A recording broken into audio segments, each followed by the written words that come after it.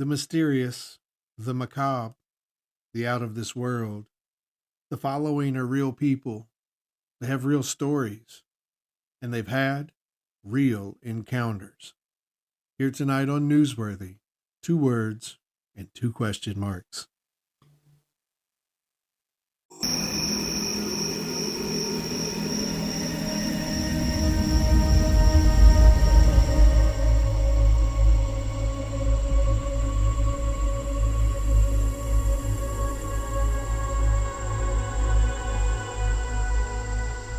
He's alive! Have you checked the children? Get out! To Newsworthy. Tonight we go to Dover, Massachusetts for a timely encounter.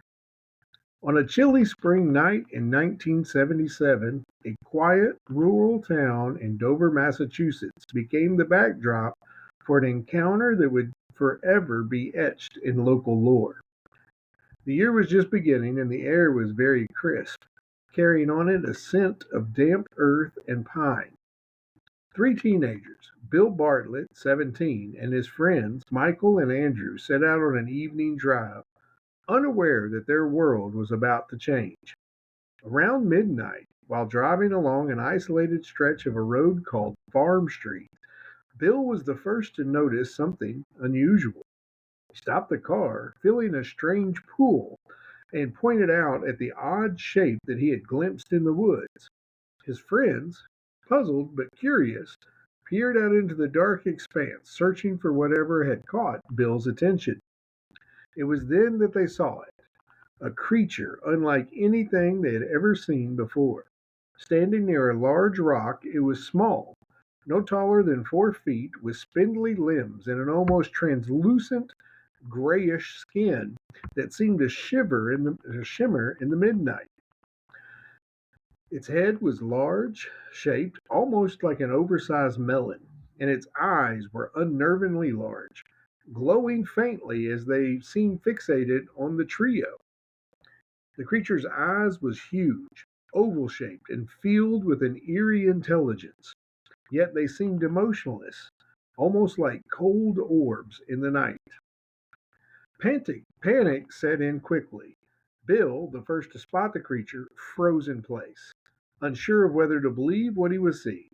But then, in a burst of nervous energy, he slammed the car into gear and they sped away, hearts racing and a chill running down their spines. They quickly made their way to the local police station, but when they described the creature to the officers, the skepticism was pretty evident. Surely it was just a case of mistaken identity, perhaps a deer or some other nocturnal animal, the officers reasoned, but the boys were insistent. Bill even did he sketched a picture of the creature, capturing the bizarre features of its head and its unnerving eyes. The drawing, crude but vivid depiction, became one of the most famous pieces of evidence in the legend that would become the Dover Demon.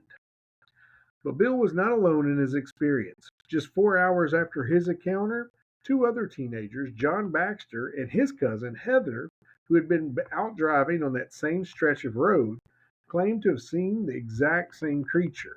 They too reported a strange being with the same large eyes and grotesque appearance.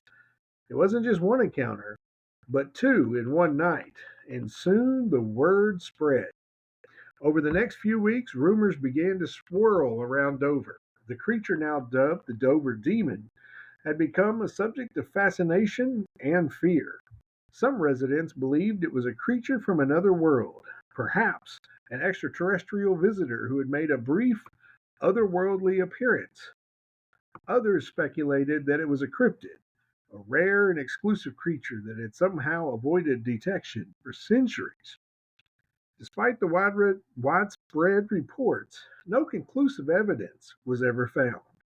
No photographs, no clear video footage, no bodies, just the sketches and the testimony of some frightened teens and a growing mythology that intertwined itself into the very fabric of Dover's history. Over time, the sightings slowed. and the town's residents moved on. But the legend of the Dover demon lived on in whispers of those who still remember that fateful night in 1977. The Dover demon remains a mystery to this day, its origins and true nature still unclear. Was it a prank, a collective delusion, or something far, far stranger? Whatever the answer, the creature has become a symbol of the unknown, a chilling reminder that mysteries that lurk just beyond the edge of our understanding. And Jerry, if you can't see the light, Be the light.